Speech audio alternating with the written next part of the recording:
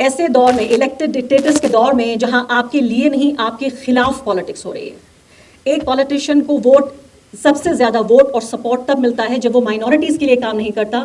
کتنا زیادہ وہ مائنورٹیز کے بیچ ان پاپولر ہے، غیر مقبول ہے، کتنا ظلم اٹھا سکتا ہے، کتنی نفرت بھری باتیں وہ کر سکتا ہے، کتنا پوٹینشیل ہے اس کے اندر خون خرابے کا، اس کی بنیاد پر آج ووٹ ڈالے جا رہے ہیں. میں سمجھتی ہوں کہ ایک ایسے دور میں جہاں 20 کروڑ لوگوں کی آواز اس طرح دبائی جا رہی ہو کہ جوتا ان کی گردن پہ رکھا ہو، پورے 10 سال میں کسی سیکولر اپوزیشن پارٹی کو یہ خیال نہیں آیا کہ ان کا بوائکاٹ ہونا چاہیے، جب ہمارے نریندر مودی جی نے ایک مسٹری بنا دی ہے، ایک رہسیہ بنا دیا ہے جس میں کبھی کچھ پتہ نہیں چلتا کہ سیشن جو ہے وہ 5 دن کا اناؤنس کر دیا گیا، اور ایسے وقت میں یہ بات کر رہے ہیں کہ 20 کروڑ مسلمانوں کا پولیٹیکل ریپرزنٹیشن ہونا چاہیے. بات ہو رہی ہے کہ کیا مسلمان اپنی پارٹی بنائیں، بات ہو رہی ہے کیا مسلمان پارٹی ہیں اپنی جائز جو حصے داری ہے اس کی ڈیمانڈ کریں، اس کی مانگ کریں.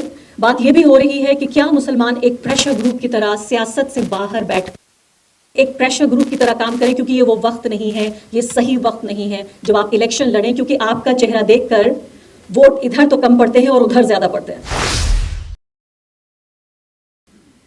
آپ کو دکھا کر پولرائز کیا جاتا ہے ووٹر کو. نفرت کی آوازیں ہیں، جو تشدد کی اور وائلنس کی آوازیں ہیں، وہ اتنی زور سے بول رہی ہیں، ان کی آواز اتنی زیادہ تیز ہے کہ جو اس میں امن کی آوازیں ہیں، جو ایکتا کی آوازیں ہیں، وہ سنائی کم دیتی ہیں. ہم اکثر ذکر کر رہے ہیں کہ مسلمان ایک سروائیول کی لڑائی لڑ رہے ہیں، ہم ذکر کر رہے ہیں کہ ہندوستان میں کس طریقے سے ایک سلو جینوسائڈ، ایک طرح کا نرسنگھار چل رہا ہے، ایک طرح کی اکنامک اپارتھائڈ. یہاں پر اتنی مشکل ہے کہ اب اسکولوں میں ٹیچرز بچوں کو ان کا مذہب دیکھ کر سزا دینے لگی ہیں. یہاں پر نوح گئی، مجھے بتایا گیا کہ ایک ساتھ 50 بلڈوزر مسلمانوں کے گھر، دکان اور ان کے ہوٹل تباہ کر رہے تھے. ہوائی حملہ ہوا ہے، کئی میٹر تک لگاتار میری کار چلتی رہی اور لگا کہ کوئی ہوائی حملہ ہوا ہے، سب کچھ نیست نابود ہو گیا تھا. ایسے وقت میں جب کہ یہ پتہ نہیں کہ آپ صبح دفتر کے لیے نکلے ہیں، اسکول کے لیے نکلے ہیں، کالج کے لیے نکلے ہیں، شام کو آپ صحیح سلامت گھر لوٹیں گے یا نہیں.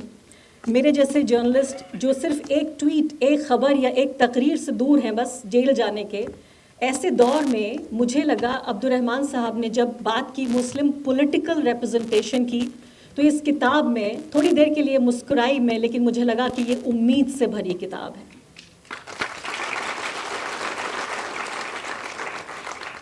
کیونکہ یہ کتاب سروائیول کی بات نہیں کر رہی ہے، یہ کتاب حق کی بات کر رہی ہے.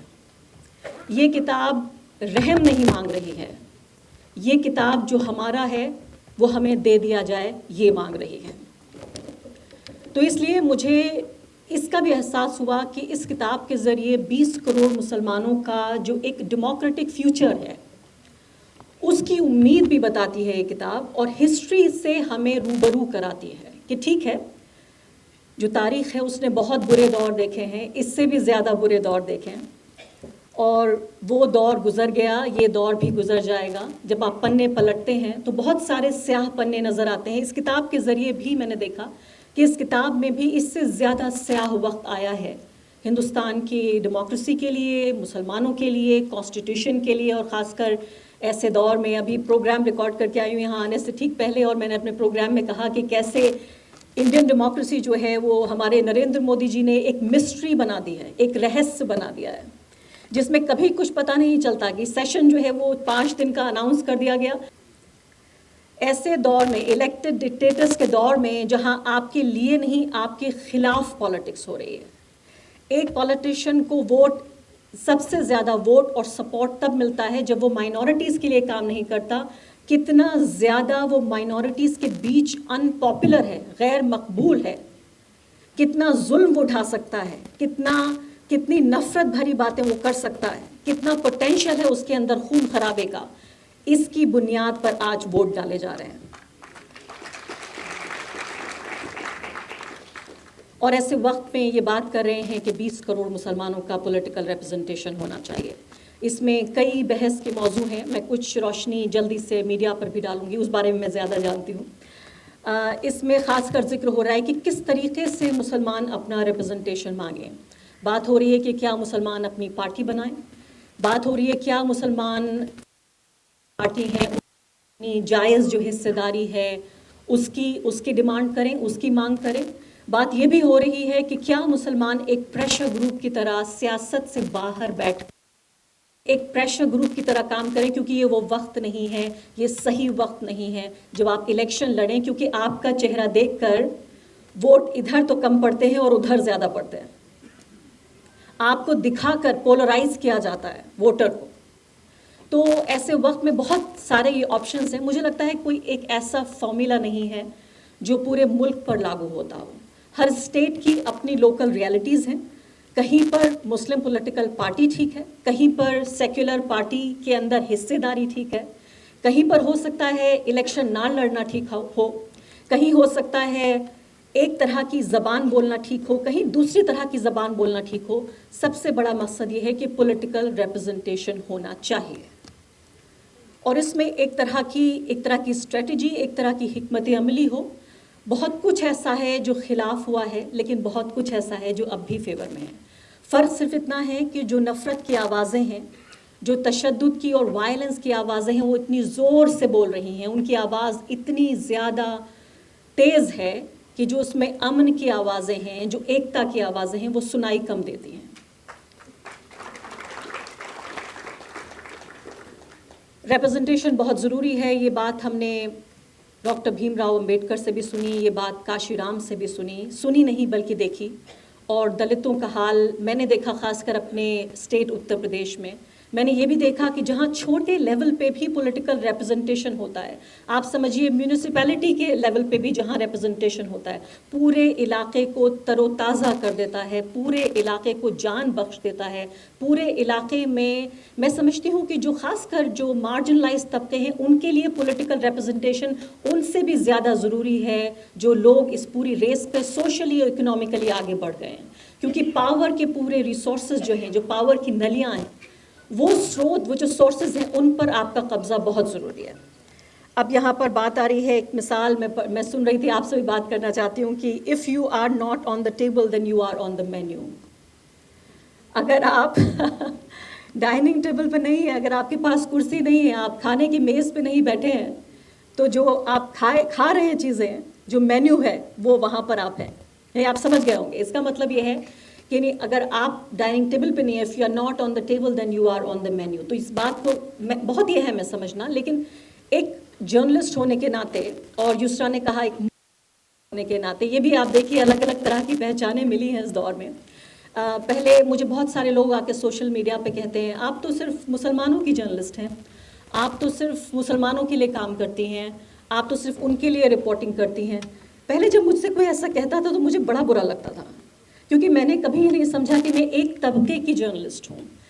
میں ہمیشہ سمجھتی تھی کہ میں سوشل جسٹس اورینٹڈ جرنلسٹ ہوں. جہاں بات آتی ہے کمزور طبقوں کی، چاہے وہ مسلمان ہوں، دلت ہوں، آدیواسی ہوں، کسان ہوں، مزدور ہوں. میں نے ابھی سب سے پہلے یہاں عورتوں کا مسئلہ اٹھایا.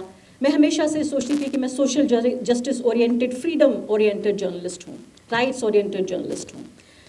لیکن اب کچھ دنوں سے لگنے لگا کہ اچھا لگنے لگا جب کسی نے کہا کہ آپ مسلم جرنلسٹ ہیں. نہ جانے کیوں اب میں اسے ایک تاج کی طرح پہنتی ہوں.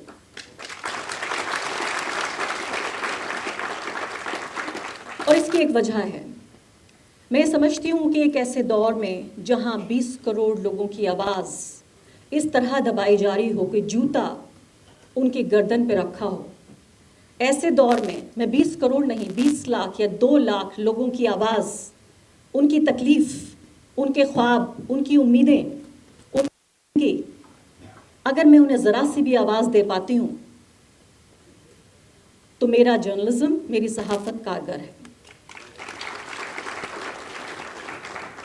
مجھے اس سے کوئی فرق نہیں پڑتا کہ اگر آپ مجھے مسلم جرنلسٹ کریں. میں پیدا ہوئی ہوں مسلم گھر میں اپنے کو آئیڈینٹیفائی کرتی ہوں ایز اے مسلم. لیکن مجھے لگا کہ شاید ایک باکس میں باندھنے کی ایک کوشش ہے، اور ایک طرح سے مجھے میری جو ایک امیڈیٹ آئیڈینٹی ہے، اور خاص کر ایسے بہت سارے موقع رہے. میں نے ہندوستان کے سب سے سیکولر نیوز روم میں بھی کام کیا ہے، اور ہندوستان کے سب سے سیکولر نیوز روم میں نے بدترین کمیونلزم سہا ہے. تو صرف فرق اتنا ہوا ہے کہ اس دور میں کمیونلزم کو برا مانا جاتا تھا، چھپا کے کمیونلزم کیا جاتا تھا. نریندر مودی نے آج کمیونلزم کو